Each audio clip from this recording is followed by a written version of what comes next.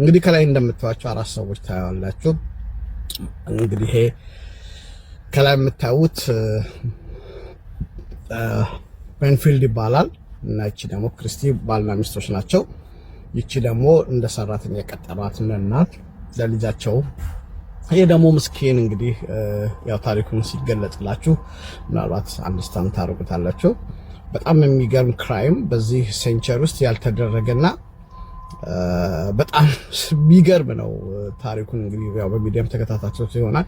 ሰሞኑን የአሜሪካ ሚዲያ እንደውም በጣም እስከ ትናንትና እስከ ዛሬ ድረስ በዚህ ጉዳይ ላይ ነው ውይይት ሲያደርግ የነበረው። ይህ ሰውዬ እንግዲህ የምታዩት ቤንፊልድ የሚባለው ባለቤቷ የክሪስቲን ባለቤት ማለት ነው የአይአርኤስ ኤጀንት ነው። በጣም ዌል ፔድ ነው። ጥሩ ቤት ያለው ከሷ ጋር በድሮ ጀምሮ ለብዙ አመት በፍቅር የኖሩ ናቸው። አንድ ልጅ አላቸው። እንግዲህ ከሚስቱ ውጪ ብዙ ጊዜ ወሰልት ነበር። አሁን በብዙ ማስረጃ የተረጋገጠበት ነው። ግን አሁን ከዚች ከነኗ ጋር ይዋደዱና ምን እቅድ ያደርጋል? ያው እሷን ሪፕ ኦፍ ማድረግ ይፈልጋል። መፋታት አልፈለገም። ያው ገንዘብም ቤትም ልጅም ከስተዲም ምናምን ስለሚያደርግ እዚህ ሀገር በጣም ቡልሺት ነገር ነው የሚያስቡትና ምን ያስባል? በሚስቱ ስም ዌብሳይቷ ላይ ይገባና እሷ እያለች ቤት ውስጥ ነው በብዛት የሚያደርገው። ለምን ያው በአሁኑ ጊዜ ዲጂታል እንትን በጣም ወሳኝ ነው። ታወሩ ላይ የት እንዳለ የት እንደተደረገ ስለሚታወቅና ከሷ ጋር በሷ አካውንት ውስጥ ይገባና ይሄ የወንድና የሴት ግንኙነት የሚያደርጉበት ዌብሳይት ውስጥ ይገባና አንድ ወንድ እንዲመጣላት እንደምትፈልግ አድርጎ ክሬት አድርጎ አካውንት ቻት ያደርጋል ከሰውየው ጋር ከሟቹ ጋር።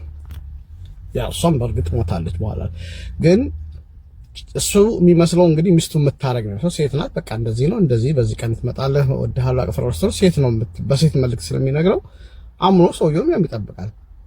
እዛ ምን ያደርገዋል? አንድ ቀን ይቀጥረውና በዚህ ቀንና ጠዋት ላይ በቃ ባለቤቴ በማይኖርበት ሰዓት አብረን እንተኛለን ይለውና ግን ቢሏ ይዘና ይለዋል ኢንኬዝ ኢመርጀንሲ ምናምን። ይቺ ደግሞ አብራ ተባባሪ ናት እናት ከሱ ጋር አብራ ከዛ አውቀው ይወጡና ማክዶናልድ ደርሰው ምግብ ረሳን ብሎ ተመልሶ ሲመጣ እንዴ ቤት ውስጥ ሚስቴ ላይ ተኛ ታገኘዋት ይልና ያኔ ኒውስ ነበር። ይሄ ሆኖ እንግዲህ ጃንዋሪ ፌብሩዋሪ 2023 ላይ ነው የዛሬ 3 አመት ማለት ነው። እና ሚስቴ ጋር ወንድ ተኝቶ አገኘሁኝ ብሎ ተኩሶ ገደልኩት ይላል። ያው ቤቱ ነው የመጣው። ኢንትድረንት ነው፣ ሰልፍ ዲፌንስ ነው። ታመነ በተወሰነ ደረጃ። ከዛ በኋላ ይቺ እሷ ይሄ የመጣው ሰውዬ ሊተኛ ብሎ የመጣው እሷን በጩቤ እንደወጋትና ኋላ ላይ እንደሞተች ያው ሆስፒታል ስትደርስ ትሞታለች። እዛ ይሄ ነገር በቃ ሰልፍ ዲፌንስ ነው ተብሎ በቃ በሚዲያ ተነገረ። 1 አመት በቃ ኢንስፔክት አደረጉና አመኑ፣ ተውት ኬዙን። በቃ እውነት መስሏቸው ሰውዬው ቤቱ መጥቶ እሷን የገደላት መስሏቸው ዝም አሉ።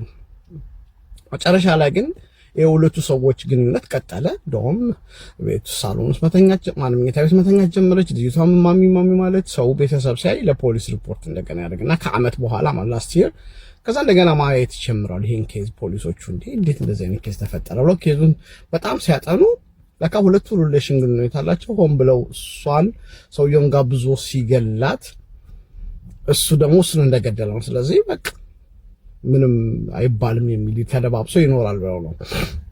በኋላ ላይ ፖሊሶቹ መርምረው ሲደርሱበት እሷን አሰሯትና ፕሊዝ ሰጧት።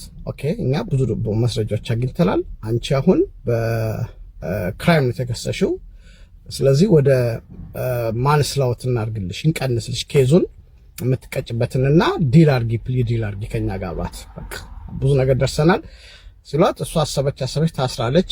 ከሱ ጋር ያው በፍቅር ብዙ መኖር እንደማይችሉ በቃ ያው የተወሰነ ጊዜ ነው ፍቅር፣ የውሸት ፍቅር፣ የድብቅ ፍቅር የሚቆየው። ፕሌይ አደረገችና ወጣ ፍርድ ቤት ተናገረች። በጣም ሻኪንግ በሚያደርግ ሁኔታ እሷ ምናለች? ሁለቱ እቅድ እንዳቀዱ፣ በተለይ እሱ እንዳቀደ፣ እሷ ብዙ ያው አስተጋባሪነት እና ሰውየውን እንዲመጣ እንዳደረገው በእሷ አካውንት ገብቶ እንደከፈተ በሚስቱ ከዛ በኋላ ሚስቱን ራሱ በጩቤ እንደወጋት ባልየው ማለት ሰውየው አልገደለውም። ሰውየው ጋር እንደውም ተጣሉና ትንሽ ጨርታ አርጎ መጥቶታል። ከዛ ራሱ አውጥቶ በመጀመሪያ በሽጉጥ መታውና ሁለተኛ እኔንም ምችለኝ እኔም መታሁት። ምክንያቱም እሷን ያስመታት ወንጀል ካልሰረቅ አትደብቅለትማ። እንደዚህ ያደረጉና ሁለቱ ወንጀሉ ይሰራሉ። ይሄው አሁን እንግዲህ ፖሊስ ደረሰባቸው፣ በማስረጃ ተገኘና እሷ ወጣ ስትናገር እሱ ደግሞ ምን አለ ነው ራሴ አውል ስታንድ ራሴ ቆሜ ራሴን እከላከላለሁ አለ። ፍርድ ቤት ቀርቦ የሚያወራው ወሬ በቃ እውነት አንዳንድ ሰዎች አሉ በተፈጥሮ ነው ብዙ ጊዜ ገጥሞኛል። በቃ እነሱ ብቻ ስማርት፣ እነሱ ያሉት እውነተኛ፣ እነሱ ያሉት ትክክለኛ ብቻ የሚመስላቸው ሌላውን ሰው ዳም የሚያደርጉና ወጥቶ ሲናገር ጭራሽ ሴትዮዋን ገሏት ደግሞ እንደገና ሁለተኛ ገደላት።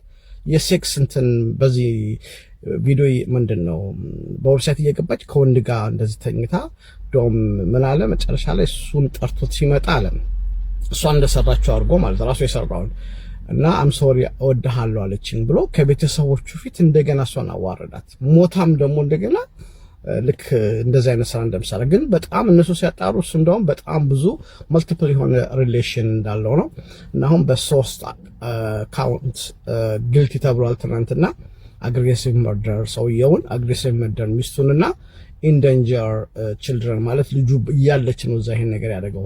ምክንያቱም ቀደም እንደነገርኳችሁ ወጥተው የሆነ ዙም ሊሄዱ ነበረ ልጆቹንና ሚስቱን ይዞ ሊዝናኑ ማን ነው እናኗን ይዞ ሚስቱ ቤት ናት ያለችው። ግን እቃ ረሳን ምግብ ብለው ነው ተመልሰው መጥተው ቤቱ ሲገባ እሱን አገኘ ነው ያሉትና ልጁም እዛ ነበር። እቺን ሁሉ ታይ ነበር ዳውን ሆና እና ልጁንም ዴንጀር በማድረግ በሚል በአጠቃላይ በሶስት ካውንት ትናንትና ነው ግልት የተባለው። ለጁን ቀጠሮ ተሰልቷል። ፕሪዲክት ማለት ዳኛው ቅጣቱን ለመስጠት ሞስት ፕሮባብሊ የሚሆነው በሁለት ስለሆነ በትንሹ ይሄ ሰውዬ አሁን 40 አካባቢ ነው እንግዲህ ወይ አማን ነው 40-45 እንኳን ቢሆን 50 ዓመት ይፈርበር 90 ዓመት ያው በቃ ሞቶ እዛው ይሰራልና አንዳንዴ ምን ወሰለው ባለፈው እንደተናገርኩት የጅል ካልኩሌሽን ነው ካልኩሌት ያደርጉ እንዴት አይነቃም ብሎ እንደዚህ የሰው ደም ደግሞ የቃቤል ደም እንኳን የትም ቦታ አይወርቅም እና መፋታት ይችላል። በቃ ገንዘቡ ግማሹን ቤት ይዞ ይችንን ከወደዳት ያችንን አልፈልግም ብሎ መኖር ይቻላል። ላይፍ ኢዝ አንዱ ፌል ሲያደርገው ሁለተኛ ላይፍ አለ እኮ የሚቀጥል ሂደት ነው። በጣም በጣም የሚገርም ክራይም ስለሆነ ሼር ላድርጋችሁ ብዬ ነው። ይመቻችሁ። I'm coming to the cottage.